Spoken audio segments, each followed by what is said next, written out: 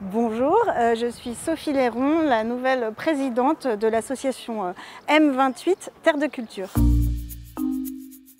Alors j'ai une place un tout petit peu particulière puisque j'étais jusqu'ici la directrice générale de l'association et j'ai porté la direction de la candidature à la fois sur la phase de présélection puis de sélection et désormais j'ai travaillé en collectivité à l'écriture de la feuille de route que nous avons été amenés à adopter aujourd'hui en Assemblée générale et en conseil d'administration. Donc c'est pour moi une grande satisfaction que de voir la continuité de ce que nous avons porté dans le cadre précédent de cette phase de candidature et maintenant dans cette nouvelle phase qui s'ouvre et que nous écrivons nous-mêmes, c'est-à-dire que nous n'avons plus un cadre contraint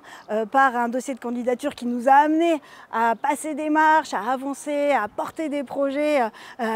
j'aime à dire de manière très dynamique et très volontaire, mais dans un cadre qui n'était pas celui que nous nous étions fixés. Et désormais, la feuille de route est libre et c'est à nous de la construire. Et c'est ce que nous avons cherché à faire avec tous les partenaires de M28, qu'ils soient les collectivités territoriales, bien sûr, qui sont extrêmement présentes, mais aussi les universités, le rectorat, la CCI, que je n'oublie pas, et les acteurs économiques qui ont été extrêmement présents dans la phase précédente et qui le resteront aujourd'hui.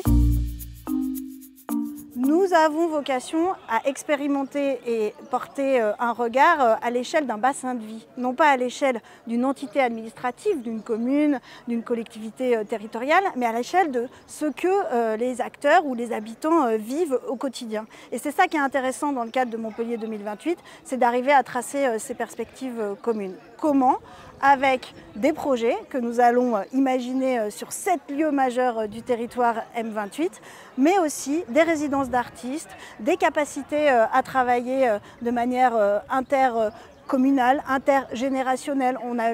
cet élément trans qui nous anime toujours et nous avons voté aujourd'hui le principe d'un événement